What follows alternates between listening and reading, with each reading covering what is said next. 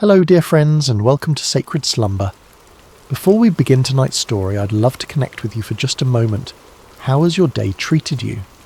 Perhaps you're settling into evening wherever you are in the world, or maybe you're finding a quiet moment in the middle of your day to pause and breathe. Whether you're listening from a bustling city or a quiet countryside, from the mountains or by the sea, you are welcome here. What time is it where you are right now? Are you watching the sun set through your window, or perhaps the stars are already painting the sky above you? No matter where you find yourself in this beautiful world we share, you've found your way to this sacred space, and I'm so grateful you're here. If this story brings you peace tonight, I'd be honoured if you'd consider subscribing to Sacred Slumber. Your presence in our community means the world to us, and it helps us continue sharing these timeless stories that remind us of hope, faith, and the gentle strength that carries us through life's seasons. Now let's settle in together for tonight's story. Take a deep breath with me. Let your shoulders drop. Let your heart rest. Tonight, we journey to an ancient land, to a time of great drought and scarcity, where we'll meet a widow whose small act of faith would echo through the ages. This is the story of bread in the drought, the story of the widow of Zarephath. The sun beat down mercilessly on the cracked earth of Israel, its rays sharp as bronze swords piercing through air that shimmered with heat. Not a cloud had crossed the sky for months, and the land lay barren and broken, crying out for relief that would not come. This was the drought that Elijah had prophesied, the drought that would bring a proud king to his knees and teach a nation that there was still a God in Israel. Elijah moved like a shadow across the wilderness, his weathered feet finding paths where others saw only desolation. His dark hair hung long and wild, his beard streaked with dust from countless days of wandering. The rough camel's hair that wrapped around his lean frame had become his second skin, and the leather belt at his waist held the simple tools of a man who had learned to survive on little. But Elijah was no ordinary wanderer. He was a prophet of the Most High God, and his words had the power to shut up the heavens themselves. When he had stood before King Ahab in his glittering palace, surrounded by the false prophets of Baal and Asherah, Elijah had spoken with the authority of heaven itself. As the Lord, the God of Israel, lives, whom I serve, there will be neither dew nor rain in the next few years except at my word. Those words had sealed his fate as a fugitive. Ahab's rage had been swift and terrible, and Queen Jezebel's thirst for the prophet's blood was legendary throughout the land. So Elijah had fled, following the voice of God that whispered to him in the wind, that spoke to him in the silence of the wilderness, that guided his steps away from the palaces of men and toward the humble places where faith still flickered like a candle in the darkness. For months God had provided for his prophet in the most unlikely ways. By the brook Cherith, ravens had brought him bread and meat morning and evening, their black wings carrying sustenance from heaven itself. Elijah had learned to read the language of divine provision, to trust in a God who could command the birds of the air and the streams of the earth to serve his purposes. But as the drought deepened and the brook dried up, God's voice came to Elijah again, gentle but unmistakable. Go at once to Zarephath in the region of Sidon and stay there. I have directed a widow there to supply you with food. Zarephath. The name itself meant refining or smelting place, a fitting destination for a prophet who was learning daily what it meant to be refined by fire, to have the dross of self-reliance burned away until only faith remained. It was a small coastal town in Phoenicia, in what we now call Lebanon, far from the borders of Israel and the reach of Ahab's soldiers.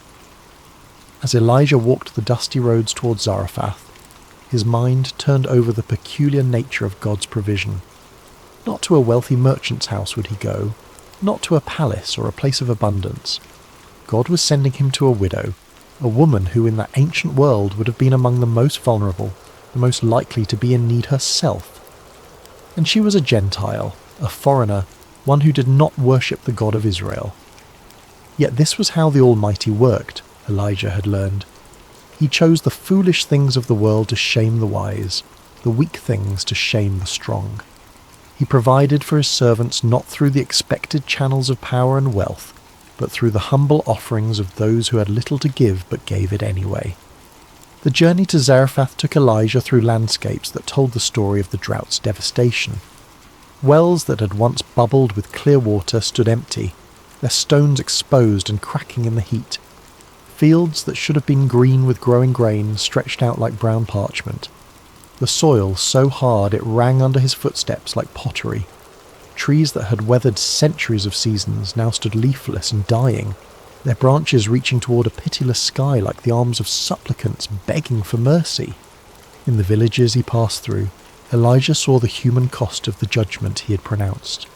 Children with hollow eyes clung to their mothers' skirts, their small faces etched with the premature wisdom that comes from knowing hunger. Men sat in the shade of buildings, their hands idle because there was no work to be done in fields that would not grow. Women walked great distances with empty water jars, returning with barely enough to wet their families' lips. Yet Elijah did not waver in his conviction that he had spoken truly the word of the Lord. This drought would serve its purpose in drawing the hearts of the people back to the God they had abandoned for the seductive promises of Baal, the god of storms and fertility who had proven powerless to bring rain when it was most needed. Sometimes the mercy of God looked like judgment, and the healing had to begin with the pain of truth. As he crested the final hill before Zarephath, Elijah could smell the salt of the Mediterranean Sea, could hear the distant cry of gulls wheeling over waters that mocked the thirsty land with their abundance. The town spread before him, small and unpretentious, its whitewashed buildings clustered around a modest marketplace. Smoke rose from only a few chimneys, and even here, far from Israel, the drought had left its mark in the form of empty gardens and worried faces. Elijah paused at the crest of the hill, looking down at the place where God had promised him provision. Somewhere in that humble town was a widow who would supply him with food, though she herself was surely struggling to survive. The prophet's heart stirred with curiosity and a deep sense of anticipation. What manner of woman would God choose for such a task? What kind of faith would he find in this foreign place? The sun was beginning its descent toward the western horizon as Elijah made his way down the hill and through the narrow streets of Zarephath. The town was quiet in the afternoon heat, most of its people taking shelter in the cool shadows of their homes. A few merchants sat listlessly beside their stalls, their wares meagre and their customers few. Children played half-heartedly in the dust, their games subdued by the oppressive weight of want that hung over everything like a heavy blanket. Elijah walked with purpose toward the town gate, the place where travellers traditionally stopped to rest and where the business of daily life was conducted. It was there, God had whispered to his spirit, that he would find the woman who would provide for him. As he approached the gate, his eyes searched the few people moving about in the late afternoon shadows, looking for a sign, a divine indication of which among them was the widow God had prepared. And then he saw her. She was gathering sticks near the city gate, her movements slow and deliberate like someone conserving every ounce of strength for an essential task. Elijah knew immediately that this was the woman God had sent him to find, not through any dramatic sign or heavenly voice, but through the quiet certainty that settled in his spirit like dew on morning grass. The widow of Zarephath was neither young nor old, but somewhere in that indefinite middle season of life, where hope and despair wage their daily battle in a woman's heart. Her dark hair was partially covered by a simple headscarf, and her clothes, though clean and carefully mended, spoke of years of making do with little. Her hands, as she bent to gather the dry branches scattered near the gate, were the hands of one who had worked hard for everything she had ever possessed. There was something in her posture, in the careful way she selected each stick and added it to her small bundle, that spoke of finality. These were not the movements of someone gathering fuel for many meals to come, but of someone preparing for a last act, a final ceremony before surrendering to whatever fate awaited. Elijah approached her slowly, not wanting to startle her. In her concentration on her task, she had not yet noticed the travel-worn prophet making his way toward her. When she finally looked up, her eyes registered first surprise, then the wary caution of a woman who had learned to be careful around strangers. "Peace be with you," Elijah said gently. his voice carrying the warmth of one who understood what it meant to be far from home and dependent on the kindness of others. The widow straightened, still holding her bundle of sticks against her chest like a shield. "And with you, traveller," she replied, her voice soft but tinged with the wariness of one who had little left to lose and could therefore afford few mistakes. Elijah gestured toward the well that stood near the gate, its depths long since dry, but its stone rim still serving as a place for travellers to rest. "Could you bring me a little water in a jar so I may have a drink?" The request was simple enough, the kind of hospitality that travellers routinely requested and that kind hearts routinely provided. But as the widow looked toward the well, Elijah saw something flicker across her face, a shadow of pain that told him water too had become precious in this place. Still she nodded. "I will see what I can do," she said, and began to turn away to fulfill his request. But Elijah's voice stopped her. "And bring me, please, a piece of bread." The words hung in the air between them like a bridge that could either be crossed or burned. The widow turned back to face him, and now Elijah could see the full weight of her circumstances written in the lines around her eyes, in the slight tremor of her hands as she clutched her bundle of sticks more tightly. "As surely as the Lord your God lives," she said, her voice barely above a whisper, "I don't have any bread, only a handful of flour in a jar and a little olive oil in a jug. I am gathering a few sticks to take home and make a meal for myself and my son, that we may eat it and die." The words struck Elijah's heart like physical blows. Here was not abundance hiding behind false modesty, not plenty disguised as poverty. Here was the raw truth of scarcity, spoken with the quiet dignity of one who had already made peace with her fate. This woman was preparing her last meal, gathering these few sticks to kindle a final fire that would cook the final handful of flour into one last piece of bread for herself and her child. In her simple statement, Elijah heard echoes of every widow's story, every mother's nightmare. She had watched her resources dwindle day by day, week by week, had portioned out ever smaller meals until there was nothing left to portion. Now she had reached the end of her rope, the bottom of her jar, the last of her oil.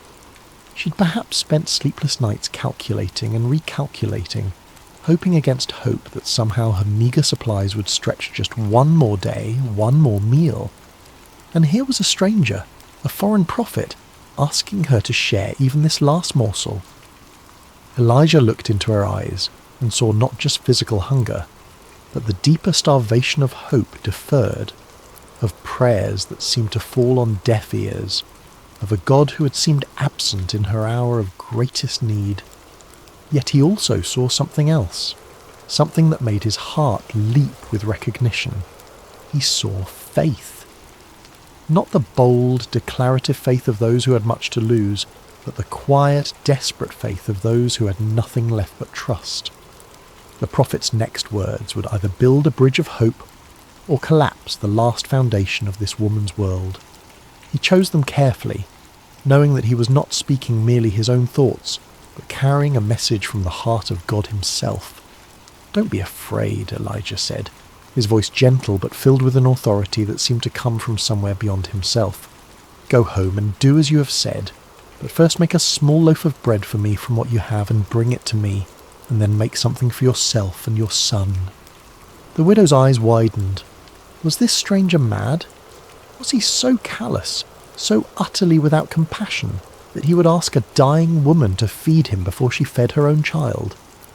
The request seemed to defy every principle of human decency, every natural law of survival and maternal love. But Elijah was not finished speaking. "For this is what the Lord, the God of Israel, says, the jar of flour will not be used up, and the jug of oil will not run dry, until the day the Lord sends rain on the land." The promise hung in the air like morning mist, beautiful and insubstantial, the kind of words that could either transform a life or break a heart with false hope. The widow stared at this strange prophet with his wild hair and sun-darkened skin, this man who claimed to speak for the God of Israel, a foreign deity she had heard of but never worshipped. How could she possibly believe such a thing? How could a handful of flour become an endless supply? How could a few drops of oil multiply like the stars of heaven? Every practical bone in her body, every lesson learned through years of careful management and hard-won survival, told her this was impossible.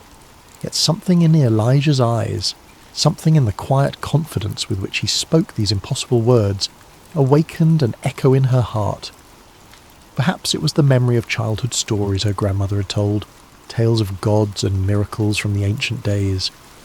Perhaps it was the sheer desperation of a mother who would try anything, believe anything, if it meant one more day of life for her son. Or perhaps it was something deeper, something that recognised in this weathered prophet's promise the voice of the same divine love that had sustained her through every previous trial, that had somehow always provided just enough, just when she needed it most, until now. The widow looked down at her bundle of sticks, then back at Elijah. She thought of her son waiting at home, trusting her to return with enough fuel to cook their final meal.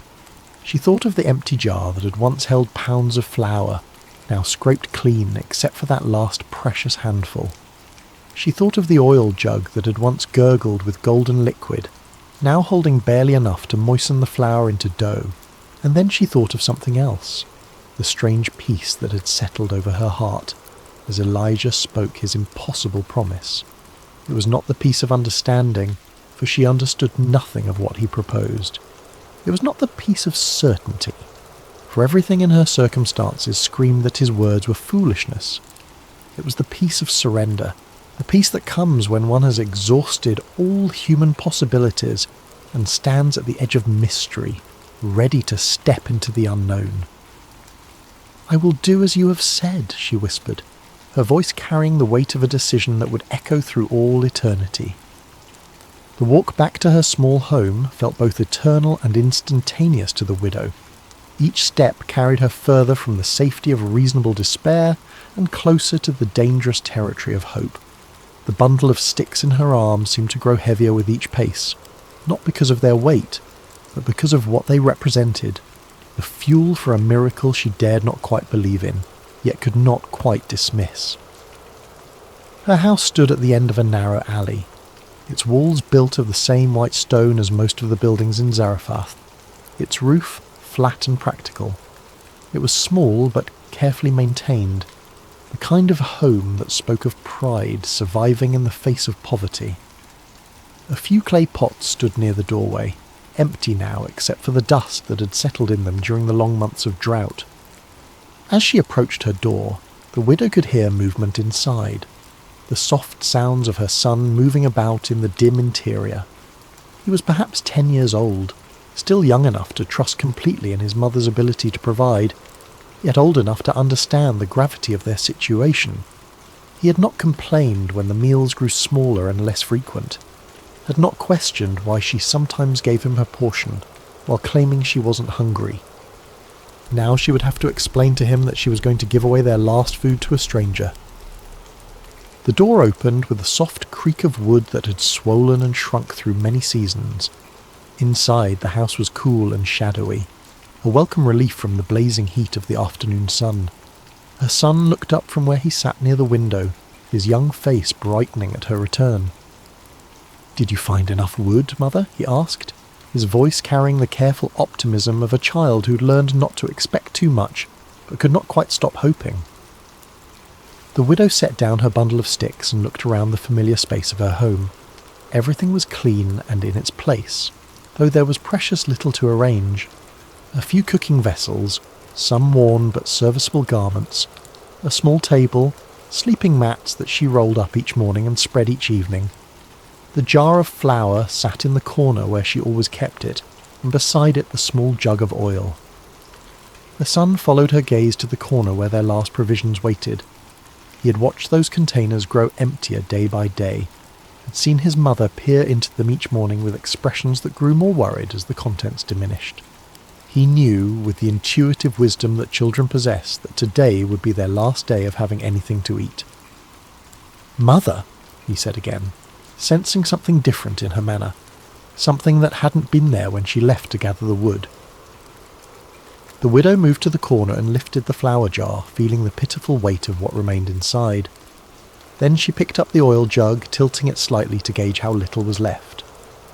The sound of the oil moving in the nearly empty vessel was like a whisper, like the last breath of hope dying away. But then she remembered Elijah's words, remembered the strange certainty in his voice when he spoke of jars that would not empty and jugs that would not run dry. She remembered the peace that had settled over her heart when she agreed to his impossible request. "My son," she said gently, kneeling beside him so they were at eye level. "Something wonderful and strange has happened today. A prophet of the God of Israel has come to our town, and he has asked me to share our food with him." The boy's eyes widened. "Our food? But mother, we only have enough for one meal, yes," she finished for him. "I know, but this prophet, his name is Elijah, has promised me something that seems impossible.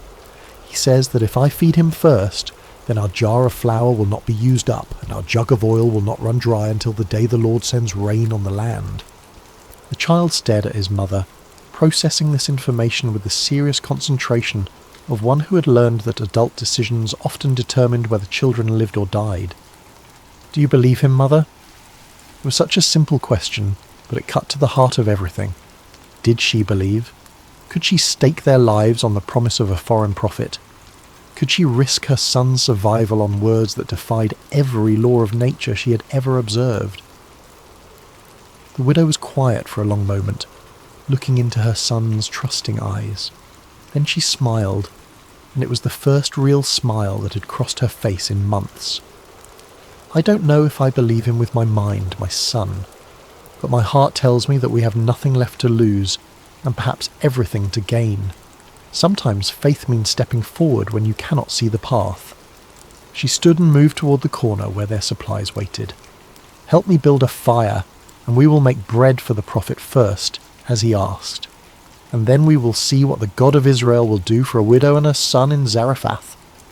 The boy nodded solemnly and began arranging the sticks his mother had gathered while she prepared to perform what might be either an act of supreme faith or supreme foolishness. The distinction, she realized, might not matter as much as she had thought. Working together, they built a small fire outside their door, the flames dancing bright against the darkening sky. The widow poured water into her mixing bowl, then opened the flour jar and looked inside. The handful that remained seemed pitifully small, barely enough for one small loaf, certainly not enough for 2 meals as Elijah had promised. But she had given her word, and more than that, she had felt something stir in her heart when the prophet spoke. Perhaps it was only desperation disguised as faith, but it was all she had to offer. Carefully, reverently, she poured half of the remaining flour into her bowl. Then she tilted the oil jug and let a few precious drops fall into the mixture. The oil gleamed golden in the firelight, and she found herself thinking of ancient stories, half-remembered tales of gods who provided for their people in miraculous ways. As she mixed the flour and oil with water, kneading the small portion of dough with practiced hands, the widow felt a strange sense of ceremony settling over the simple task. This was no ordinary bread-making. This was an act of faith performed in the face of impossible circumstances, a leap into the unknown guided only by the promise of a prophet and the whisper of hope in her own heart. The dough came together under her hands, soft and elastic despite the small amount of oil. She shaped it into a small round loaf and placed it on the flat stone they used for baking, setting it carefully over the coals. The bread began to bake, filling the evening air with the ancient comforting aroma of grain transformed by fire. As they waited for the bread to cook, the widow and her son sat quietly by the fire. The boy leaned against his mother's side, and she wrapped her arm around him, holding him close. Whatever happened next, whatever the morning would bring, they had this moment of peace together. When the bread was finished, golden and warm from the stones, the widow wrapped it carefully in a clean cloth and stood. "I will take this to the prophet now," she told her son. "While I am gone, keep the fire burning. When I return, we'll make our own bread and see if the promise holds true." The walk back to the city gate seemed shorter this time, though the weight of what she carried felt immeasurable. This small loaf represented everything she had left in the world, the last of her resources, the final hedge against starvation. She was literally carrying her life in her hands, offering it to a stranger based on nothing more than his word. Elijah was waiting where she had left him, sitting quietly in the gathering dusk. When he saw her approaching with the wrapped bread, his face lit up with a smile that transformed his austere features. It was not the smile of one who had expected to be obeyed, but of one who was genuinely moved by the sacrifice he was witnessing. "Thank you," he said simply as she placed the bread in his hands. "What you have done requires more courage than facing down armies or calling fire from heaven. You have chosen to trust when you had every reason to doubt." The widow watched as he unwrapped the bread, still warm and fragrant from the fire. "I pray your God honours your promise, prophet. My son and I have nothing left but this hope you have given us." Elijah broke the bread and ate it slowly, savouring each bite not just for its nourishment but for what it represented. "He will honour it," the prophet said with quiet certainty. "Go home now and prepare your own meal. The jar of flour will not be empty." As the widow walked home through the darkening streets of Zarephath, she felt as though she were walking through a dream. Had she really just given away their last food to a stranger? Had she really staked everything on the promise of a foreign god? The practical part of her mind screamed that she had made the most foolish decision of her life. But another part of her, a deeper part that had been silent for so long she had almost forgotten it existed, whispered that she had just participated in something holy, something that would echo through eternity. She had chosen faith over fear, trust over self-preservation, hope over despair. Now she would discover whether faith was strong enough to fill an empty jar. The widow's hands trembled slightly as she reached for the flour jar upon returning home. Her son sat by the fire, his young face illuminated by the dancing flames, watching his mother with the intense attention of one whose very life hung in the balance of what would happen next. The jar felt the same in her hands as it had an hour before, neither heavier nor lighter. There was no external sign that anything miraculous had occurred, no glow of divine presence, no heavenly music announcing supernatural intervention, just a simple clay vessel that might contain their salvation or their final disappointment. The widow closed her eyes for a moment, offering a wordless prayer to whatever divine power might be listening. Then she lifted the jar and looked inside. The flour was there, not overflowing, not abundant, but there. The same handful that had been there before, perhaps even a little more. Enough for another small loaf of bread, enough for one more meal. The widow blinked, wondering if her desperate hope was playing tricks on her vision. She reached into the jar with trembling fingers, feeling the soft texture of the flour, confirming that it was real and not some mirage born of starvation and desperation. "Mother," her son whispered, seeing the wonder in her expression. "Is it true? Is the flour still there?" "It's still here," she replied, her voice filled with amazement. "There's enough for our bread." With reverent hands, she measured out flour for their evening meal, leaving what appeared to be the same small amount in the bottom of the jar. Then she reached for the oil jug, tilting it carefully to pour just enough to bind the flour into dough. The oil flowed golden and pure, and when she set the jug aside, it still contained what seemed to be the same small amount it had held before. As she mixed their bread, the widow felt as though she were participating in something beyond the natural order of things. Each movement of her hands felt sacred, each ingredient holy. This was not just food preparation, this was communion with the divine, a daily miracle made manifest through the simple elements of flour and oil and fire. The bread they ate that night tasted different somehow, though it was made from the same ingredients as countless other loaves she had baked over the years. It tasted of hope, of promise, of a future that extended beyond the next meal. As they shared the warm bread in the light of their small fire, the widow and her son spoke in hushed tones, as if they were in the presence of something too wonderful to fully comprehend. That night, as the widow spread their sleeping mats and prepared for rest, she found herself looking repeatedly toward the corner where the flour jar and oil jug sat.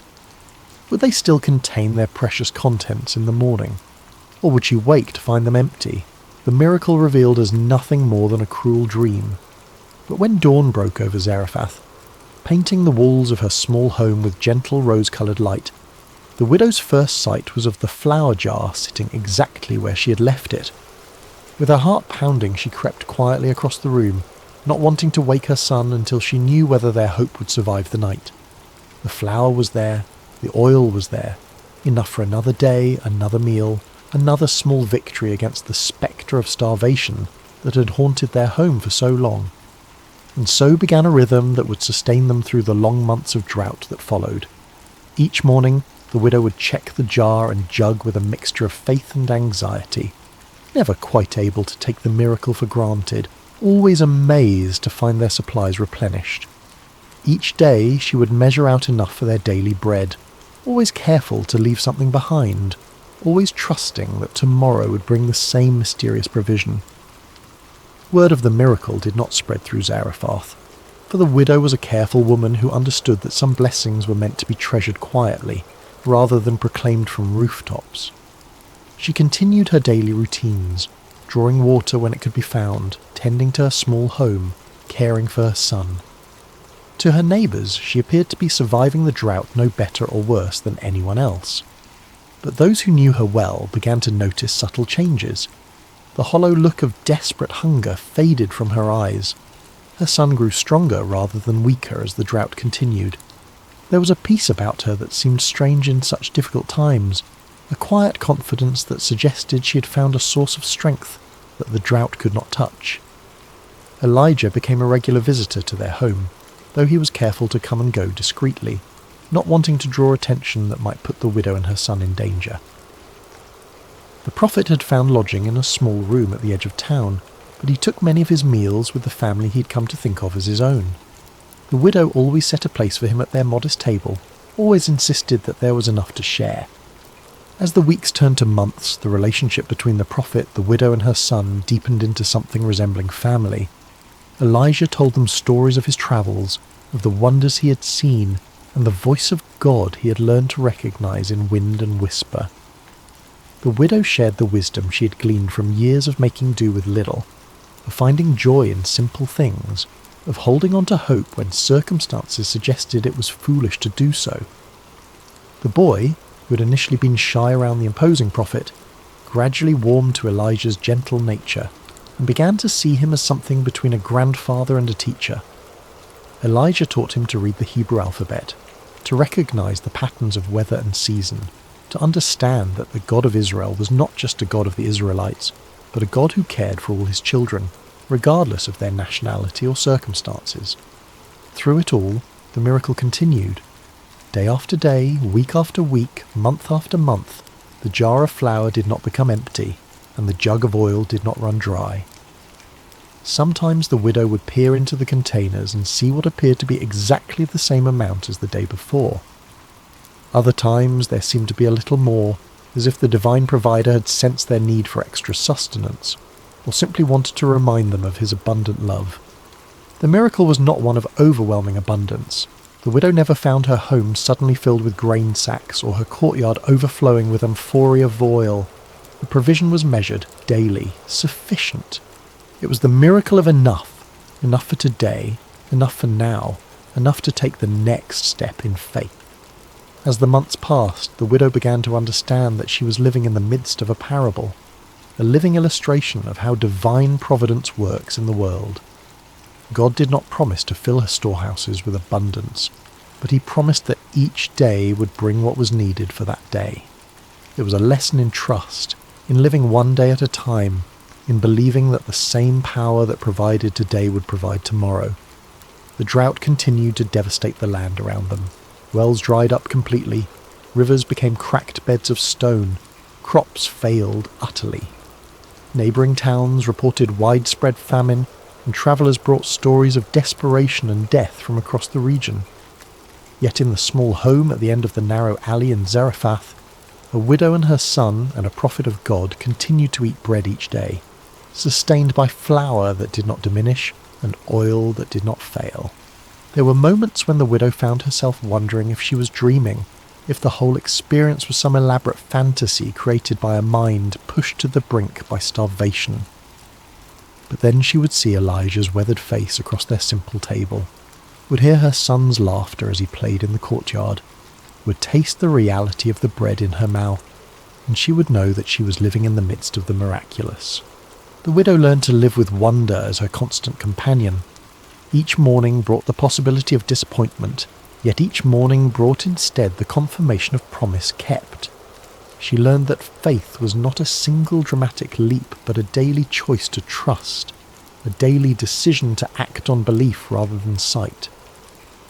As the seasons cycled and the drought persisted, the widow's faith deepened from desperate hope to quiet confidence. She'd seen the faithfulness of God demonstrated not in spectacular signs and wonders, but in the daily grace of provision, in the steady reliability of a promise kept day after day after day. Her son, too, was changed by their experience. The boy who had faced starvation learned that he served a God who provided for his children, who noticed the needs of the small and insignificant, who could be trusted to keep his word even when all evidence suggested otherwise. The lessons he learned at his mother's table, watching flour and oil multiply through divine grace, would shape his understanding of faith for the rest of his life. And Elijah found his own faith strengthened as he witnessed the widow's daily trust. This foreign woman, this Gentile who had no obligation to believe in the God of Israel, demonstrated a quality of faith that put many of his own countrymen to shame. She trusted not because she understood, but because she chose to believe. She obeyed not because the path was clear, but because she was willing to walk into mystery. The miracle of the flour and oil became more than mere physical provision. It became a daily sacrament, a reminder that the God who made the universe was intimately involved in the details of their lives. Every meal was a communion, every shared bread a celebration of divine faithfulness. Through it all, the rhythm of ordinary life continued. The widow swept her floors, mended their clothes, drew what water could be found. Her son played with other children when energy permitted, helped with household tasks, grew taller and stronger despite the famine that surrounded them. Elijah prayed, studied, taught, and waited for the word of the Lord that would eventually send him back to Israel to confront the king and end the drought. But in the quiet moments, when the work was done and the evening meal was finished and they sat together in the glow of their small fire, all three understood that they were witnessing something eternal. They were living proof that God's love extends beyond the boundaries of nation and tribe, that his provision flows to all who trust him, and that faith the size of a mustard seed can move mountains of impossibility. The widow would often reflect on that first day when Elijah had asked for her last handful of flour. She had stood at the crossroads between fear and faith, between holding tight to what little she had and releasing it into the hands of an unknown God. Her choice to trust, to give when she had nothing left to give, had opened the door to a miracle that sustained not just her body, but her soul. As the months passed, other miracles followed. The widow's health improved, her son grew strong, and their small home became a beacon of hope in a drought-stricken land. Neighbours began to notice that this family seemed to weather the crisis better than most, though they never suspected the divine intervention that made it possible. Elijah taught them that true wealth was not measured in the size of one's storehouses, but in the faithfulness of one's provider. The widow learned that obedience to God's word, even when it seemed to contradict human wisdom, always led to blessing. Her son discovered that the God of Israel was also his God, that divine love knew no boundaries of race or nationality. Years later, when the drought finally ended, and rain fell once again on the parched earth, the widow would remember these days as the most precious of her life, not because they were easy, but because they were holy. In her poverty she had discovered riches. In her weakness she had found strength. In her emptiness she had encountered the fullness of God's love. The jar of flour never ran empty until the day the rains came. The jug of oil never ran dry until the crisis passed. And the faith that began with a handful of flour and a desperate prayer grew into a testimony that would echo through generations, reminding all who heard it that God's provision is always sufficient, his timing always perfect, and his love always faithful. In the quiet of your own heart tonight, as you rest in the peace of this ancient story, remember the widow's courage. Remember that sometimes faith looks like giving when you have nothing left to give, trusting when you cannot see the way forward, believing when all evidence suggests you should despair. Remember that the same God who provided for a widow in Zarephath provides for you today. He sees your needs, knows your fears, and holds your tomorrow in his hands. Sleep now in the assurance that his love surrounds you, his grace sustains you, and his faithfulness will carry you through every season of your life. The jar of flour will not be empty, the jug of oil will not run dry, and the God who multiplied a widow's faith will multiply yours as well, one day at a time, one meal at a time, one breath at a time. Rest well, dear friend. Tomorrow brings new mercies, fresh provision, and the continued unfolding of God's perfect plan for your life. Like the widow of Zarephath, you can trust that there will always be enough. As we close this sacred story tonight, let your heart rest in the truth that the same God who provided for the widow provides for you. In your own seasons of scarcity, whether of resources or hope or strength, remember that divine provision often comes not as abundance but as enough. Enough for today, enough for now. Enough to take the next step in faith. The widow's miracle was not that her cupboards overflowed, but that they never emptied. Sometimes God's greatest gift is not more, but sufficient. Not wealth, but provision. Not ease, but sustenance for the journey. Sleep now, knowing that the Keeper of Israel neither slumbers nor sleeps, and that his eye is upon you with the same loving attention he showed to a foreign widow in an ancient town. Your jar will not be empty. Your jug will not run dry. His faithfulness endures forever. Rest well, dear soul, rest well.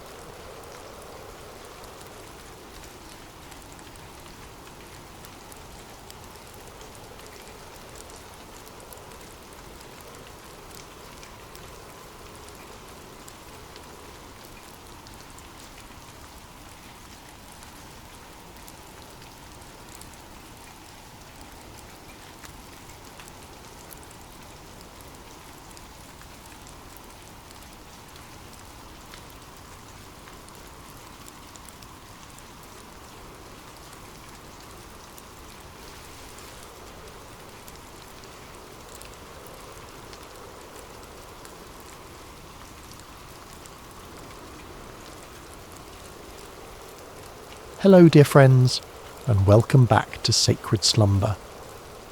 Before we begin tonight's story, I hope your day has been filled with blessings and peace.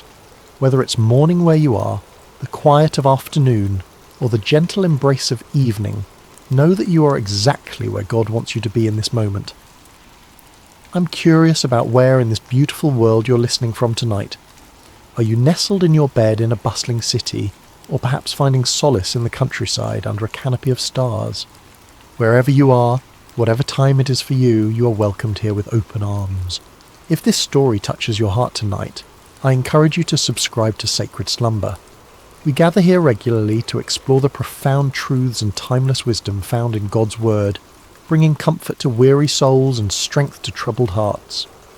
Your subscription helps us continue sharing these sacred stories that remind us of God's unfailing love and faithfulness.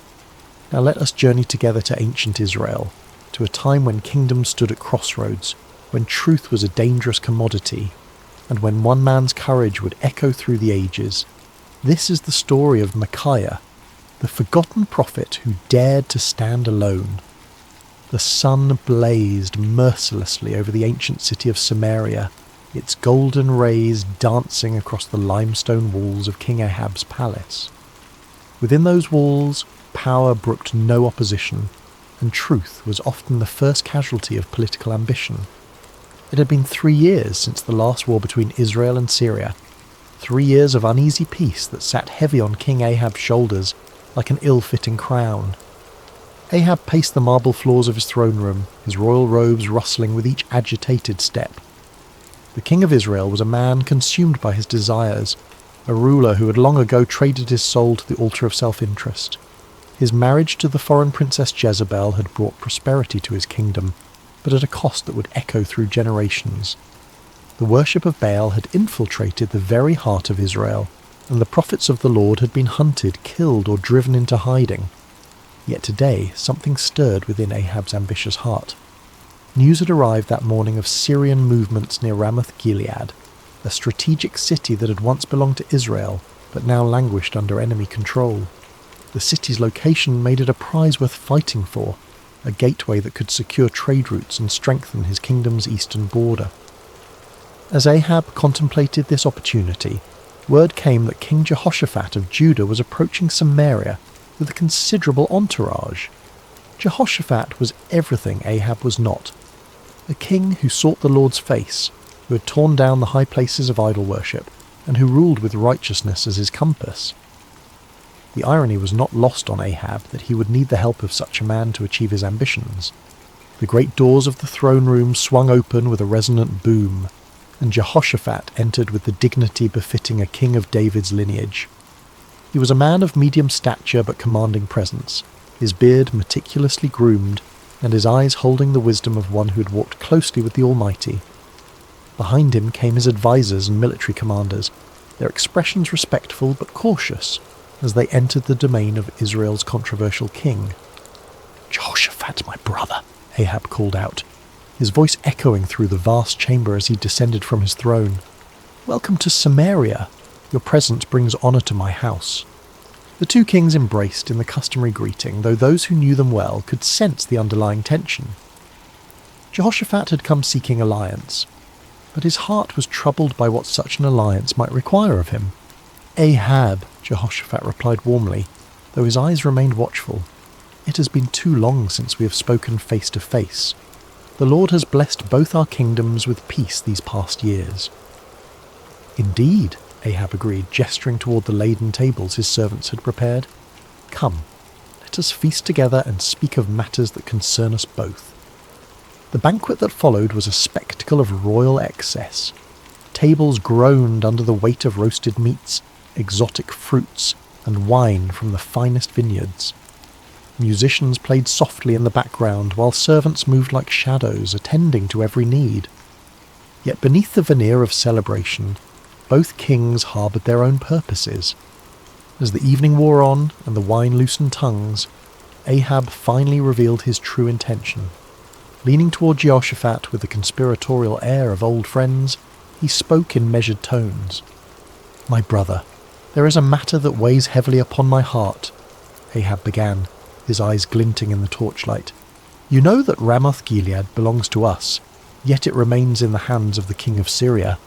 Should we not take back what is rightfully ours?" Jehoshaphat set down his goblet carefully, his expression growing thoughtful. He had anticipated this moment, knowing that Ahab rarely extended hospitality without purpose. The question hung in the air between them like incense, heavy with implication. "Ramoth-Gilead has indeed been a source of contention," Jehoshaphat replied diplomatically. "What do you propose?" Ahab's smile was that of a merchant who senses a favourable negotiation. "I propose that we go up together against Ramoth-Gilead. Your army combined with mine would be formidable. We could restore the city to Israel and share in the glory of victory." The words were carefully chosen, appealing to both practical strategy and Jehoshaphat's sense of brotherhood among the tribes of Israel. Yet Jehoshaphat had not survived as king by making hasty decisions. His reign had been marked by careful consultation with the Lord, and he would not abandon that practice now. "I am as you are," Jehoshaphat responded slowly. "My people as your people, my horses as your horses. If the Lord wills it, we shall stand together in battle." He paused, his next words carrying the weight of true conviction. "But first let us inquire of the Lord." Ahab's smile faltered slightly. In his eagerness for military glory, he had hoped to avoid the complications that divine consultation might bring. Yet he could hardly refuse such a reasonable request from a potential ally, especially one whose righteousness was renowned throughout the region. "Of course," Ahab agreed, though his tone lacked enthusiasm. "Let us seek the word of the Lord." What followed was a demonstration of the spiritual corruption that had infected Ahab's court. The king summoned his prophets, all 400 of them, men who wore the garments of holiness, but whose hearts served earthly masters. They came in a great procession, their robes flowing and their voices raised in what appeared to be spiritual fervour. These were not true prophets of the Lord, though they claimed his name. They were court prophets, men who understood that their continued prosperity depended upon telling the king what he wished to hear. Their prophecies were crafted not in the secret place of prayer, but in the calculating chambers of political expediency. As the prophets assembled in the courtyard before the two kings, their spokesman stepped forward. His name was Zedekiah, son of Chenaanah, a man whose pride matched his ambition, and whose hatred for true prophets would soon be revealed in violent fashion. "Hear the word of the Lord," Zedekiah proclaimed, his voice carrying across the courtyard with theatrical intensity. "Go up to Ramoth-Gilead and prosper, for the Lord will deliver it into the hand of the king." The 400 prophets took up the cry with orchestrated precision, their voices creating a chorus of false assurance. "Go up to Ramoth-Gilead and prosper. The Lord will deliver it into the hand of the king." Some of the prophets had even prepared visual aids for their performance. They danced and shouted, waving swords and spears, creating a spectacle that would have been impressive to any observer unfamiliar with the ways of true prophecy. The din was tremendous, the enthusiasm seemingly genuine, and the message exactly what Ahab longed to hear. Yet as Jehoshaphat watched this display, his spirit grew troubled. Something about the performance felt hollow, manufactured. These men spoke with one voice, but it was not the voice of the Lord that Jehoshaphat knew from his own times of prayer and seeking. There was no cost to their prophecy, no challenge to the king's desires, no hint of the divine complexity that marked true encounters with the Almighty. As the prophets continued their enthusiastic proclamations, Jehoshaphat raised his hand for silence. The courtyard gradually quieted, though the echo of their shouts seemed to linger in the air like smoke from a dying fire. "Is there not here a prophet of the Lord besides these?" Jehoshaphat asked carefully, "that we might inquire of him?" The question fell like a stone into still water, sending ripples of discomfort through the assembly. Ahab's face darkened, and several of the court prophets exchanged meaningful glances. They all knew there was indeed another prophet, one whose very existence was a thorn in the flesh of everyone present. Ahab's response came through gritted teeth, his voice barely concealing his irritation. "There is still one man, Micaiah the son of Imlah, by whom we may inquire of the Lord. But I hate him, for he does not prophesy good concerning me, but evil." The honesty of Ahab's admission was startling in its nakedness. Here was a king openly declaring his hatred for a prophet based not on any moral failing or false prophecy, but simply because the man refused to tell him what he wanted to hear. It was a moment that revealed the true spiritual state of Israel's leadership. Jehoshaphat, ever the diplomat, sought to smooth over the awkward moment. "Let not the king say such things," he replied gently, though his words carried a subtle rebuke. Ahab realized he had revealed too much of his heart. With visible effort he composed himself and called for one of his officers. "Bring Micaiah the son of Imlah quickly," he commanded, though his tone suggested he would rather summon a plague upon his house. As the officer hurried away on his grim errand, the two kings settled in to wait. The 400 prophets remained in the courtyard, their earlier enthusiasm now tempered by the knowledge that their unanimous voice was about to be challenged by a single man they both feared and despised. The sun continued its relentless journey across the sky, and in the distance the sound of the officer's horse could be heard galloping toward the place where truth dwelt in isolation, where a forgotten prophet waited in the shadows of his integrity. The horse's hooves struck the dusty road with rhythmic precision as the king's officer rode toward the humble dwelling where Micaiah made his home. The prophet lived simply, far from the luxury of the royal court, in a stone house that spoke of function rather than ostentation. Here, away from the corrupting influence of political power, dwelt a man who had chosen faithfulness over favour, truth over comfort. Micaiah son of Imlah was not an imposing figure by earthly standards. Of average height and lean build, he bore the weathered appearance of one who had walked through many storms. His beard was streaked with silver, and his eyes held the deep weariness of a man who had spoken unpopular truths for too many years. yet there was something unbreakable in his demeanour, a quality that suggested he had found his anchor in something far stronger than human approval. When the king's messenger arrived, Micaiah was in his garden, tending to the vegetables that provided much of his sustenance. The prophet lived modestly, supported by the occasional gifts of those few souls who still valued truth above comfort. He had long ago learned to find contentment in simple things, the satisfaction of honest work, the peace of prayer, and the quiet joy of communion with the Almighty. "Micaiah," the officer called out as he dismounted, "the king commands your presence immediately." The prophet looked up from his work, unsurprised.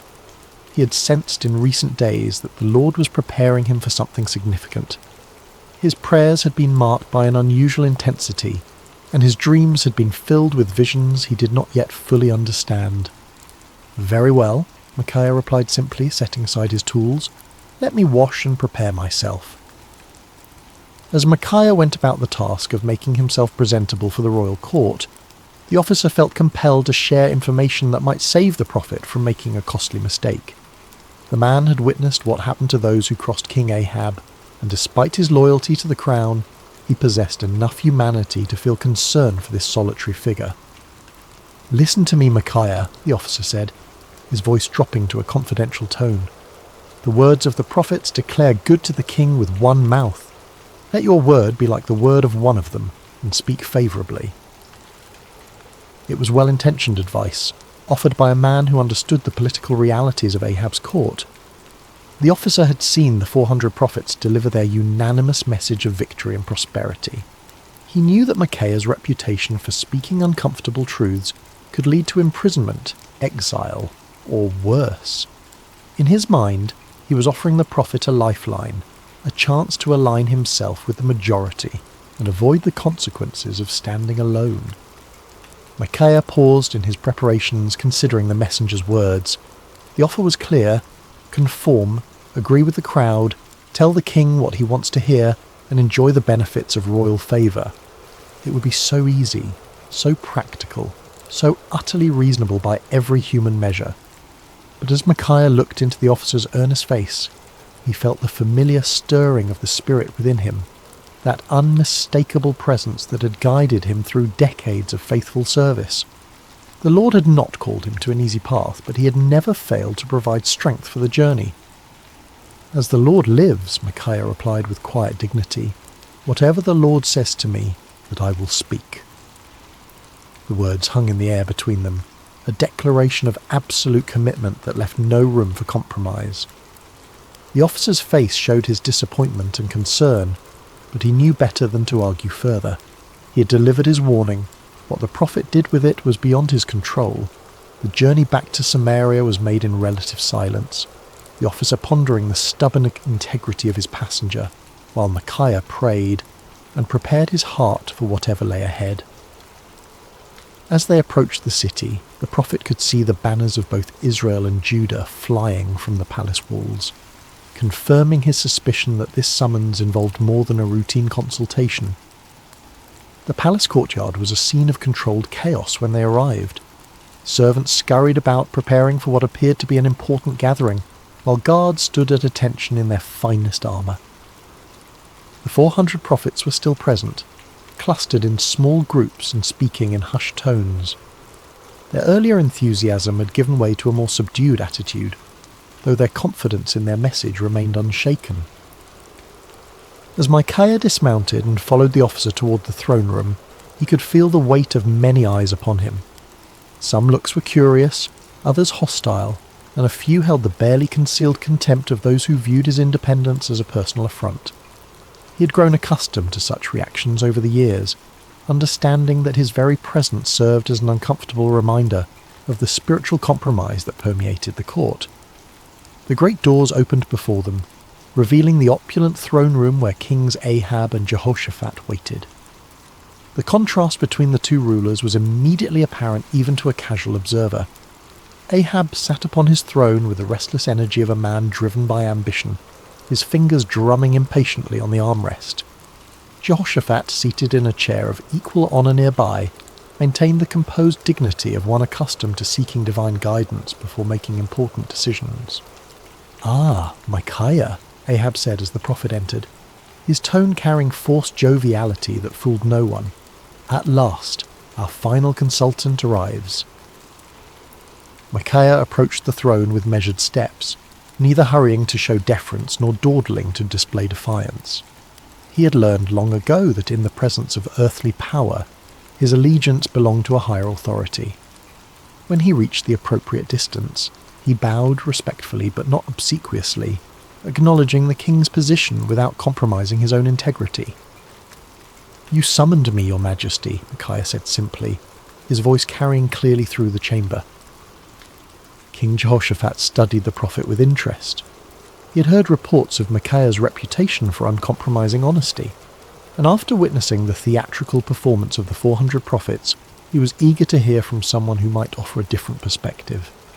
Ahab leaned forward on his throne, his eyes fixed on the solitary figure before him. "Micaiah, shall we go to war against Ramoth-Gilead, or shall we refrain?" It was the same question that had been posed to the 400 prophets, the same inquiry that had produced such enthusiastic unanimity. Now it fell upon the shoulders of one man who stood alone, without allies or supporters, facing the combined expectation of two kings and their assembled courts. The moment stretched taut with anticipation. Everyone present understood that they were witnessing something significant, though few could have predicted the drama that was about to unfold. In the silence, Micaiah felt the familiar stirring of the spirit, but what came first was not the word of the Lord, but something altogether unexpected. What happened next would be remembered and debated for generations to come. Micaiah, the prophet known for his uncompromising honesty, looked directly at King Ahab and delivered exactly the message the king wanted to hear. "Go up and prosper," Micaiah declared, his voice carrying throughout the throne room, "for the Lord will deliver it into the hand of the king." A murmur of surprise rippled through the assembled court. The 400 prophets exchanged glances of confusion and perhaps a touch of irritation. Here was the man they had feared would contradict their unanimous verdict, and instead he was confirming their prophecy word for word. Some of them smiled with what they imagined was vindication, while others seemed puzzled by this unexpected development. But King Ahab was no fool. Despite his many moral failings, he had known Micaiah for years, had heard his prophecies of judgment and warning countless times. Never once had the prophet told him what he wanted to hear. Never once had Micaiah's words aligned so perfectly with royal desires. The king's eyes narrowed as he studied the prophet's face, searching for the truth behind this suspicious compliance. There was something in Micaiah's tone, a subtle quality that suggested layers beneath the surface of his words. It was the same tone a parent might use when agreeing with a child's obviously foolish plan, allowing them to proceed while knowing full well what the consequences would be. King Jehoshaphat, too, sensed that something was amiss, though he remained silent, observing the interaction with keen interest. "How many times shall I make you swear," Ahab said slowly, his voice carrying a warning, "that you tell me nothing but the truth in the name of the Lord?" It was a remarkable moment. Here was a king who had just received exactly the prophecy he desired, yet his own conscience convicted him that it could not be genuine. Ahab understood Micaiah well enough to know that such easy agreement was completely out of character. In demanding the truth, the king was inadvertently acknowledging that he recognized the difference between authentic prophecy and the comfortable lies he typically preferred. Micaiah stood silent for a moment, and those watching could see a visible change come over him. The sardonic expression faded from his face, replaced by the solemn countenance of one who was about to deliver a message from the throne room of heaven. When he spoke again, his voice carried a different quality altogether, the unmistakable authority of divine revelation. "I saw all Israel scattered on the hills like sheep that have no shepherd," Micaiah began, his words falling like stones into the sudden silence. "And the Lord said, 'These have no master. Let each return to his house in peace.'" The impact of these words was immediate and devastating. The vision was clear to everyone present. Israel would be defeated, their army scattered, and their king would not return from battle. It was a prophecy of military disaster and royal death, delivered with the calm certainty of one who had seen beyond the veil of earthly circumstances. King Ahab's face flushed with anger, but beneath the rage was something that looked remarkably like fear. He turned to Jehoshaphat with the bitter satisfaction of one whose worst expectations have been confirmed. "Did I not tell you," Ahab said, his voice heavy with frustration, "that he would not prophesy good concerning me, but evil?" But Micaiah was not finished. The Spirit of the Lord had opened his eyes to see into the very council chambers of heaven, and what he had witnessed there needed to be shared, regardless of the consequences. The prophet's voice took on an even more solemn tone as he continued. "Therefore hear the word of the Lord," Micaiah declared, his words cutting through the tension in the room like a sword. "I saw the Lord sitting on his throne, and all the host of heaven standing by, on his right hand and on his left." The court fell absolutely silent. Even the most worldly and cynical among them recognized that they were hearing something extraordinary. This was not the political maneuvering they were accustomed to, nor the comfortable reassurances of the court prophets. This was a glimpse into eternal realities, a revelation of divine purpose that transcended human understanding. "And the Lord said," Micaiah continued, "Who will persuade Ahab to go up, that he may fall at Ramoth-Gilead?" So one spoke in this manner, and another spoke in that manner. Then a spirit came forward and stood before the Lord and said, "I will persuade him." The Lord said to him, "In what way?" And he said, "I will go out and be a lying spirit in the mouth of all his prophets." And the Lord said, "You shall persuade him and also prevail. Go out and do so." The revelation was staggering in its implications. Micaiah was claiming that the Lord himself had allowed, indeed, had orchestrated, the deception that had been proclaimed by the 400 prophets. It was a divine judgment in the form of false prophecy, a spiritual trap set for a king who had repeatedly chosen lies over truth. Therefore, Micaiah concluded with inexorable logic, "Look, the Lord has put a lying spirit in the mouth of all these prophets of yours, and the Lord has declared disaster concerning you." The silence that followed was deafening. Every person present was forced to grapple with the implications of what they had heard. The 400 prophets found themselves accused not merely of error, but of being unwitting instruments of divine deception. The kings faced the terrifying possibility that their carefully planned military campaign was actually a trap set by the Almighty himself. But the silence was short-lived. Zedekiah, the spokesman for the 400 prophets, was a man of considerable pride and ambition. He had built his reputation on his supposed connection to the divine, and Micaiah's words threatened not only his credibility but his entire worldview. The accusation that he had been deceived by a lying spirit was more than he could bear. With a roar of rage, Zedekiah strode across the throne room until he stood face to face with Micaiah. The contrast between them was striking. Zedekiah in his fine robes and carefully groomed appearance, representing the comfortable religiosity of the court, facing Micaiah in his simple garments, embodying the uncompromising voice of authentic prophecy. "Which way did the Spirit from the Lord go from me to speak to you?" Zedekiah demanded, his voice shaking with fury. It was a desperate attempt to challenge Micaiah's authority, to suggest that if anyone possessed a connection to the divine, it was surely the spokesman for 400 prophets rather than this isolated troublemaker. But before Micaiah could respond, Zedekiah's anger overwhelmed his judgment entirely. The sound of the slap echoed through the throne room like a thunderclap. Zedekiah had struck Micaiah across the face with sufficient force to stagger the prophet, leaving a red mark on his cheek that would serve as a visible reminder of what it cost to speak truth in the face of comfortable lies. The act of violence hung in the air like a poisonous cloud. No one moved or spoke, shocked by the sudden transition from theological debate to physical assault. Micaiah slowly straightened, touching his cheek where Zedekiah's hand had left its mark. When he looked up, there was no anger in his eyes, no desire for retaliation. Instead, there was a sadness that seemed to encompass not only his immediate situation, but the entire spiritual state of the nation. "Indeed," Micaiah said quietly, his voice carrying despite its gentle tone, "you shall see on that day when you go into an inner chamber to hide." It was both prophecy and promise.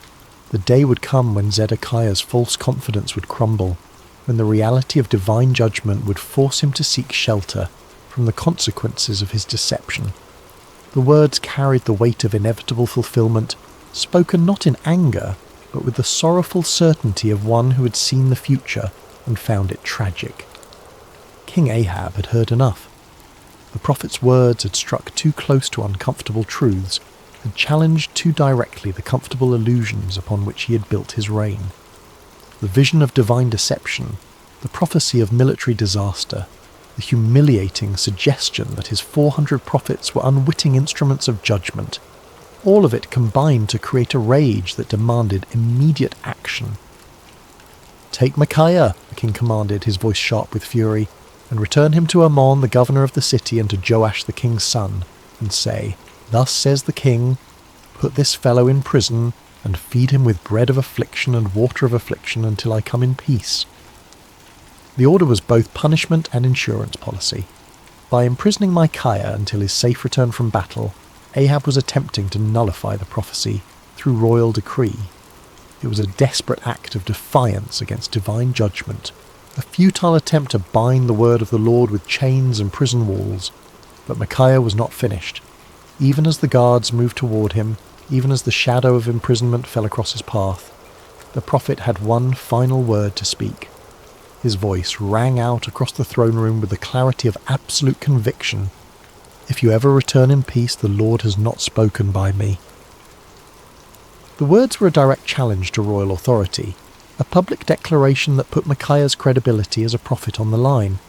He was essentially saying that if Ahab returned safely from battle, then everyone present should conclude that Micaiah was a false prophet deserving of death. It was the ultimate expression of confidence in the word he had received from the Lord. But Micaiah was not content to let his challenge rest with the immediate audience. Looking around the throne room at the assembled courtiers, nobles and servants, he raised his voice even louder. "Mark it, all you people." It was a call to witness, an appeal to everyone present to remember this moment and test the validity of his prophecy against future events. The prophet was willing to stake everything, his reputation, his freedom, possibly his life, on the truth of what he had spoken.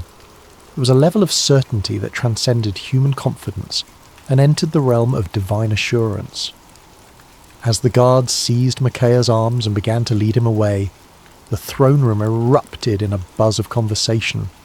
Some whispered among themselves about the prophet's boldness, others debated the implications of his vision, and still others tried to process the dramatic confrontation they had just witnessed. Through it all, the 400 prophets maintained their uncomfortable silence, uncertain how to respond to accusations that struck at the very heart of their prophetic claims. King Jehoshaphat watched the proceedings with deep concern. The righteous king of Judah had requested divine counsel, and what he had received was a prophecy that directly contradicted his military plans and predicted disaster for his ally. Yet something in Micaiah's bearing, some quality of authentic conviction, made it impossible to dismiss his words as the ravings of a madman or the spite of a disgruntled prophet. As Micaiah was led away, his footsteps echoing through the palace corridors, he felt no bitterness toward his captors or self-pity for his situation. He had spoken the word of the Lord faithfully, regardless of the consequences, and that obedience brought a peace that transcended his circumstances. The prison cell that awaited him might confine his body, but his spirit remained free, anchored in the unshakable certainty that he had been faithful to his calling. The cell where Micaiah was imprisoned was a far cry from the luxury of the royal court. Built of rough stone with a small barred window that provided minimal light, it was designed for punishment rather than comfort. The bread of affliction and water of affliction promised by the king proved to be exactly that, meagre rations calculated to sustain life while providing a constant reminder of a royal displeasure. Yet in that dark cell, Micaiah found something that had eluded him in the freedom of his simple home, absolute clarity about his purpose and calling. Stripped of all earthly comforts and securities, he was forced to rely entirely upon his relationship with the Lord. In the long hours of solitude, he prayed not for deliverance but for continued faithfulness. not for vindication, but for grace to endure whatever lay ahead. Meanwhile, preparations for war continued with increasing intensity. King Ahab threw himself into military planning with the fervour of a man trying to drown out unwelcome voices of conscience. He consulted with his generals, inspected his troops, and made elaborate arrangements for what he was determined would be a glorious victory. The prophecy of the 400 court prophets was repeated frequently, as if constant repetition could somehow make it more reliable. King Jehoshaphat, however, found himself deeply troubled by the day's events. The contrast between the theatrical unanimity of the 400 prophets and Micaiah's stark authenticity had left him with serious doubts about the wisdom of the planned campaign. Yet he had given his word to stand with Ahab, and the political implications of backing out now were significant. As the day of departure approached, Ahab made one final attempt to circumvent the prophecy that haunted his thoughts. If the word of the Lord through Micaiah was true, then King Ahab was destined to die in battle. But perhaps, the king reasoned, he could outwit divine judgment through human cleverness. "I will disguise myself and go into battle," Ahab announced to his commanders, "but you put on your robes." It was a cunning plan. By dressing as an ordinary soldier while Jehoshaphat wore royal garments, Ahab hoped to deceive the enemy about his identity and location. If the Syrians could not identify him as the king of Israel, perhaps he could survive the battle and prove Micaiah wrong. It was the kind of tactical thinking that had served Ahab well in political manoeuvring. But he was about to discover that divine judgment operates by different rules than human conflict. The morning of battle dawned clear and bright, with a gentle breeze that carried the scent of wildflowers across the plains surrounding Ramoth Gilead. It seemed an unlikely day for the fulfillment of prophecy, too beautiful for the tragic events that were about to unfold. The armies of Israel and Judah had assembled in impressive formation, their banners flying proudly in the morning air, their weapons gleaming in the sunlight. King Ahab, disguised as a common soldier, moved among his troops with nervous energy. His royal armour had been replaced with the simple leather and bronze of an ordinary warrior, and his distinctive crown was nowhere to be seen. To any casual observer, he appeared to be merely another commander preparing for battle, yet those closest to him could sense his underlying anxiety, the tension of a man who was trying to outrun a divine decree. King Jehoshaphat, meanwhile, wore his royal robes with obvious reluctance. The righteous king of Judah had agreed to this deception as part of their military strategy, but his conscience troubled him. The memory of Micaiah's words weighed heavily on his mind, and he found himself offering frequent prayers for divine protection and guidance. The Syrian army was formidable, well-trained and confident in their ability to defend their territory. Their king had given specific instructions to his 32 chariot commanders: fight with no one small or great, but only with the king of Israel. It was a strategic decision based on the understanding that killing or capturing the enemy king would effectively end the battle and secure victory. As the two armies faced each other across the field of battle, the air was thick with tension and anticipation. Horses stamped impatiently, armour creaked as soldiers shifted their weight, and commanders made final adjustments to their battle plans. In the distance, the walls of Ramoth Gilead stood as silent witness to the conflict that was about to determine its fate. The battle began with the thunderous clash of armies colliding, the sound of metal against metal mixing with the shouts of warriors and the screams of the wounded. Chariots raced across the battlefield like instruments of divine wrath, their wheels churning up clouds of dust that obscured vision and added to the chaos of combat. For a time, it seemed as though Ahab's strategy might succeed. Hidden among his soldiers, the disguised king fought with the desperation of a man who believed his life depended on remaining unrecognized. His years of military experience served him well as he wielded sword and spear with deadly efficiency, contributing to the initial success of the Israelite forces. But the Syrian chariot commanders were not easily deceived. When they spotted King Jehoshaphat in his royal robes, they immediately assumed they had found their primary target.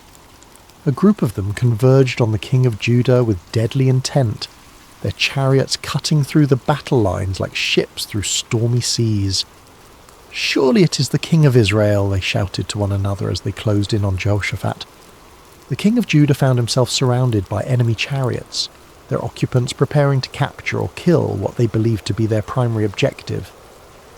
In that moment of extreme danger, Jehoshaphat did what he had learned to do throughout his reign. He cried out to the Lord for deliverance. "Help me, O Lord," Jehoshaphat called out, his voice carrying above the din of battle. What happened next was a clear demonstration of divine intervention. As Jehoshaphat's cry reached heaven, the Lord moved the hearts of the Syrian commanders in an unexpected way. Something about the king's appearance or manner suddenly convinced them that this was not their intended target after all. "It is not the king of Israel," one of them declared, and just as quickly as they had converged upon Jehoshaphat, they turned away to search for their real quarry elsewhere on the battlefield. Meanwhile, across the chaos of combat, King Ahab continued his desperate masquerade. His disguise had served him well throughout the morning, allowing him to participate in the battle without attracting the special attention of enemy forces. For a brief moment, it seemed as though human cunning might indeed triumph over divine decree. But the Lord's purposes are not thwarted by earthly schemes, no matter how cleverly conceived. As the battle raged on, a Syrian soldier drew his bow at random, not aiming at any particular target, but simply shooting into the mass of enemy forces. It was the kind of arrow that soldiers loose when they cannot see clearly, through the dust and confusion of battle, hoping to strike something useful, but with no specific intent. The arrow flew through the air with the invisible guidance of divine providence. It passed over the heads of common soldiers, sailed between the wheels of racing chariots, and found its mark with the precision of perfect justice. The bronze point struck King Ahab between the joints of his armour, penetrating the one gap in his defences that his disguise could not protect. The king felt the arrow's impact like a thunderbolt, the sudden sharp pain followed by the warm spread of blood across his chest. He looked down in shock to see the Syrian arrow protruding from his body, its shaft trembling with the force of impact. In that instant, Ahab understood with perfect clarity that no amount of human cleverness could circumvent the word of the Lord. "I am wounded," the king cried out to his chariot driver, his voice tight with pain and the dawning realization of his doom. "Turn around and carry me out of the battle." The chariot driver, a loyal servant who had recognized his disguised king despite the common soldier's garb, immediately began maneuvering toward the edge of the battlefield. But extricating themselves from the chaos of combat proved more difficult than anticipated. The battle had intensified throughout the day, and enemy forces blocked many of the potential escape routes. As they struggled to retreat, King Ahab's condition continued to deteriorate. The arrow had found a vital spot and blood flowed freely from the wound despite his attempts to stanch it. Yet with grim determination, the king remained propped up in his chariot, unwilling to let his army see him fall. His presence, even in his wounded state, served to encourage the Israelite forces and maintain their fighting spirit. The battle raged from morning until evening, the outcome hanging in the balance as both sides fought with desperate intensity. But as the sun began to set, painting the sky in shades of red that seemed to mirror the blood spilled on the battlefield below, King Ahab's strength finally gave out. The disguised king who had tried to outwit divine judgment slumped forward in his chariot, his life ebbing away with each laboured breath. As word of the king's condition spread through the ranks, the cry went up that would fulfill Micaiah's prophecy with devastating accuracy. Every man to his city, and every man to his own country. The army of Israel, leaderless and demoralized, began to scatter across the hills just as the prophet had foreseen. Like sheep without a shepherd, they abandoned their positions and fled toward home, their dreams of victory dissolving into the nightmare of defeat. King Ahab died as the sun set over Ramoth-Gilead, his blood pooling in the bottom of his chariot. The man who had spent his reign choosing comfortable lies over uncomfortable truths had finally encountered a reality that no amount of deception could alter. The word of the Lord, spoken through his faithful prophet, had been fulfilled to the letter. News of King Ahab's death spread quickly through the land, carried by the scattered remnants of his army and the merchants who followed military campaigns. In the palace at Samaria, the reaction was one of stunned disbelief. The 400 prophets who had proclaimed certain victory found themselves facing a crisis of credibility that would haunt them for the rest of their lives. In his prison cell, Micaiah heard the news with a mixture of sadness and vindication.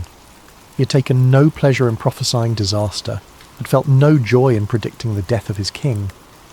Yet the fulfillment of his prophecy served as a powerful reminder that the word of the Lord does not return void, regardless of how unwelcome it might be to human ears. When the guards came to release him from prison, Micaiah emerged into the daylight a changed man. His body bore the marks of his confinement. He was thinner, paler, and bore the lines of one who had endured hardship. But his spirit was unbroken, perhaps even strengthened by his ordeal. He had spoken truth in the face of overwhelming opposition, had maintained his integrity under pressure, and had been vindicated by the very events that had brought tragedy to the kingdom. The political ramifications of Ahab's death were immediate and far-reaching. His son Ahaziah ascended to the throne, inheriting a kingdom shaken by military defeat and spiritual confusion. The influence of Queen Jezebel remained strong, but the dramatic fulfillment of Micaiah's prophecy had dealt a severe blow to the credibility of the Baal-worshipping establishment. Zedekiah, the false prophet who had struck Micaiah in the throne room, found himself in an impossible position. His confident predictions of victory had been thoroughly discredited, and his authority as a spokesman for the divine had been shattered. The inner chamber where he sought to hide, just as Micaiah had prophesied, became both a physical and spiritual reality as he struggled to come to terms with the magnitude of his error. The other court prophets faced similar crises of confidence. Their unanimous declaration of victory had been revealed as the lying spirit Micaiah had warned about, and their reputations lay in ruins. Some of them quietly retired from public life, while others attempted to reinvent themselves as followers of different deities. None of them could escape the uncomfortable truth that they had been deceived, and had, in turn, deceived others. King Jehoshaphat returned to Jerusalem a wiser and more cautious man. His alliance with Ahab had nearly cost him his life, and the experience had taught him valuable lessons about the importance of seeking genuine divine guidance rather than accepting comfortable confirmations of predetermined plans.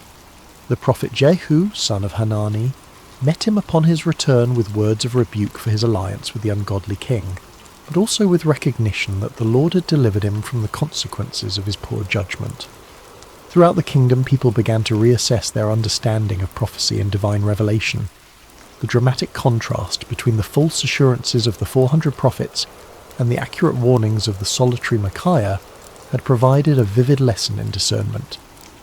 Many began to understand that true prophecy was not measured by its popularity or its agreement with human desires, but by its faithfulness to the word and character of the Lord. Years passed, and the story of Micaiah's stand against the 400 false prophets became one of the most remembered episodes in the history of Israel. Parents told it to their children as an example of courage and integrity, while religious teachers used it to illustrate the difference between true and false prophecy. The tale grew in significance with each telling, not because it was embellished, but because its lessons proved to be timeless and universal. The first and most obvious lesson was about the cost of speaking truth. Micaiah had paid a heavy price for his faithfulness: imprisonment, isolation, and the hostility of the powerful. Yet his willingness to endure these hardships had ultimately served a greater purpose, preserving the integrity of prophetic ministry and providing a clear example of what it meant to fear God rather than man. His story became a source of encouragement for future generations of prophets and faithful believers who found themselves standing alone against popular opinion. The second lesson concerned the danger of groupthink and manufactured consensus. The 400 prophets had created an impressive display of unanimity, but their agreement had been based on political expediency rather than divine revelation. Their story served as a warning about the seductive power of majority opinion and the importance of seeking truth, even when it contradicted popular sentiment. The comfort of belonging to the crowd, they learned, was no substitute for the sometimes lonely path of authentic faith. The third lesson was perhaps the most theologically complex: the reality that God sometimes allows deception as a form of judgment. The lying spirit that had influenced the false prophets was not an independent force but an instrument of divine justice, permitted by the Lord as part of his sovereign plan. This aspect of the story forced believers to grapple with difficult questions about the nature of divine sovereignty and human responsibility, helping them develop a more mature understanding of how God works in the world. The fourth lesson focused on the importance of discernment in spiritual matters. King Jehoshaphat's initial uneasiness with the 400 prophets had been a manifestation of spiritual discernment, a recognition that something was amiss despite the impressive display of consensus. His request for a prophet of the Lord had demonstrated the value of seeking authentic divine guidance rather than accepting convenient confirmations of predetermined plans. The fifth lesson was about the ultimate futility of human schemes when they oppose divine purposes. King Ahab's elaborate disguise had been a clever attempt to circumvent prophecy through human ingenuity, but it had proven utterly useless against the sovereign will of the Lord. The random arrow that found its mark had served as a powerful reminder that God's purposes will be accomplished regardless of human attempts to thwart them. As the years passed and the kingdom of Israel continued its spiritual decline, the story of Micaiah took on additional significance. It became a benchmark against which other prophets and prophecies were measured, a reminder of what authentic faithfulness looked like in the face of opposition. When Elijah stood alone against the prophets of Baal on Mount Carmel, people remembered Micaiah's solitary stand.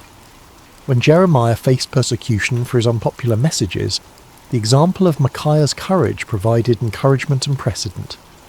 The story also served as a cautionary tale for those in positions of authority. King Ahab's admission that he hated Micaiah because the prophet never spoke favourably about him had revealed the dangerous tendency of leaders to surround themselves with yes men rather than truthful counsellors. Future kings and officials who heard the story were challenged to examine their own relationships with advisors and to consider whether they were seeking truth or merely confirmation of their existing beliefs. In the quiet of his later years, Micaiah often reflected on that pivotal day when he had stood alone before 2 kings and 400 false prophets. The physical scars from his imprisonment had faded, but the spiritual impact of his experience continued to shape his understanding of his calling and his relationship with the Lord. The prophet had learned that faithfulness was not measured by immediate results, but by obedience to divine instruction. His warning had not prevented the battle or saved King Ahab's life, but it had preserved the integrity of prophetic ministry and provided a clear demonstration of the difference between true and false revelation. Sometimes, he realized, the greatest victories were won not through changing circumstances, but through maintaining faithfulness in the midst of difficult circumstances. Micaiah had also discovered that standing alone was not the same as being alone. In his prison cell, deprived of human companionship and comfort, he had experienced a deeper intimacy with the Lord than he had ever known before. The isolation that had seemed like punishment had actually become a pathway to greater spiritual understanding and strength. He had learned that the approval of the crowd was a poor substitute for the approval of the Almighty. The prophet had come to understand that his role was not to be popular, but to be faithful, not to tell people what they wanted to hear, but to speak what the Lord had given him to say. This understanding had freed him from the burden of trying to manage people's reactions to his messages, and had allowed him to focus entirely on the sacred responsibility of accurate communication of divine truth. The peace that came from this clarity of purpose was worth more than all the royal favour he might have gained through compromise. As news of Micaiah's faithfulness spread beyond the borders of Israel, his story began to influence other nations and cultures. Foreign dignitaries who visited the kingdom often asked to hear the account of the prophet who had stood against 400 false prophets and accurately predicted the death of a king.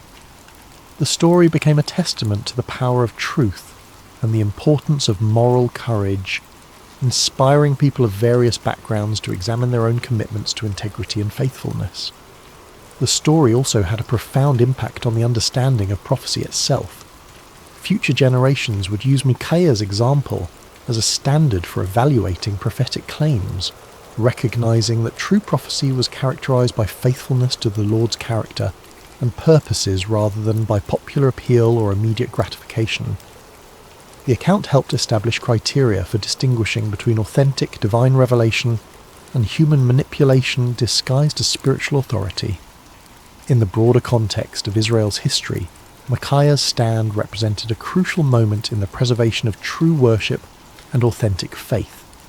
At a time when the kingdom was sliding towards spiritual apostasy, his unwavering commitment to truth served as a beacon of hope for those who still sought to follow the Lord with integrity.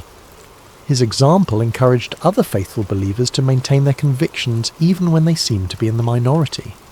The story of Micaiah also served as a bridge between the ministries of the earlier prophets like Elijah and later ones like Jeremiah and Ezekiel. His experience of standing alone against popular opinion and suffering for his faithfulness would be echoed in the lives of many subsequent prophets who faced similar challenges. The patterns of persecution, vindication, and ultimate triumph that characterized his story became recurring themes in the ongoing narrative of God's relationship with his people. As we reach the end of Micaiah's story, we find ourselves confronted with questions that transcend the ancient world and speak directly to our modern hearts. In an age of social media echo chambers and manufactured consensus, the prophet's example challenges us to examine our own commitment to truth and our willingness to stand alone when necessary. The 400 false prophets of Micaiah's day have their counterparts in every generation.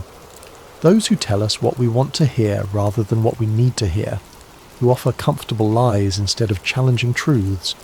The temptation to join the crowd, to find safety in numbers, to seek approval rather than accuracy, remains as strong today as it was in ancient Israel.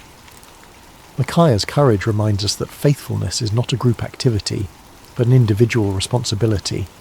Each of us must decide whether we will speak truth or remain silent, whether we will stand for what is right or compromise for what is convenient.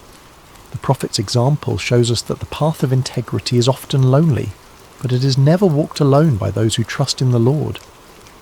The story also challenges us to examine our own relationship with authority and our tendency to surround ourselves with people who confirm our existing beliefs rather than challenging us to grow. Like King Ahab, we may find ourselves preferring the comfort of familiar lies to the discomfort of unfamiliar truths. Micaiah's example calls us to seek out voices that speak with authenticity, rather than those that merely echo our own opinions. Perhaps most importantly, the story of Micaiah reminds us that truth has a way of prevailing in the end, even when it seems overwhelmed by opposition. The prophet's vindication did not come immediately, and it came at great personal cost, but it came nonetheless. His example encourages us to trust in the ultimate triumph of truth, and to remain faithful even when the outcome is uncertain. In our own lives, we may face moments when we are called to be like Micaiah, to stand alone against popular opinion, to speak uncomfortable truths, to choose faithfulness over favour. When those moments come, may we remember the forgotten prophet who found his courage not in the approval of men, but in the approval of his God. The story of Micaiah teaches us that true strength is not found in numbers, but in conviction, that real courage is not the absence of fear, but the willingness to do what is right despite our fears, and that lasting victory comes not from avoiding conflict, but from maintaining integrity in the midst of it. As you close your eyes tonight and drift towards sleep, may you carry with you the quiet courage of Micaiah, the man who dared to stand alone because he knew he was not truly alone. May his example inspire you to speak truth with love, to stand for what is right with humility, and to trust in the ultimate triumph of God's purposes even when the immediate circumstances seem overwhelming. In a world that often rewards conformity and punishes authenticity, may you find the strength to be like Micaiah, faithful, courageous, and true. For in the end, it is not the approval of the crowd that matters, but the approval of the one who sees all hearts and knows all truths. The forgotten prophet's story ends, but its echo continues in every heart that chooses truth over comfort, courage over convenience, and faithfulness over favour. May that echo sound clearly in your own life, guiding you toward the kind of integrity that leaves a lasting legacy long after the voices of the crowd have faded into silence. Rest well, dear friends, and may your dreams be filled with the peace that comes from knowing you serve a God who honours faithfulness, rewards courage, and never abandons those who trust in him. The story of Micaiah reminds us that in God's kingdom, standing alone with truth is always better than standing with the crowd in deception. Sleep peacefully, knowing that like Micaiah, you're never truly alone when you walk in the light of divine truth.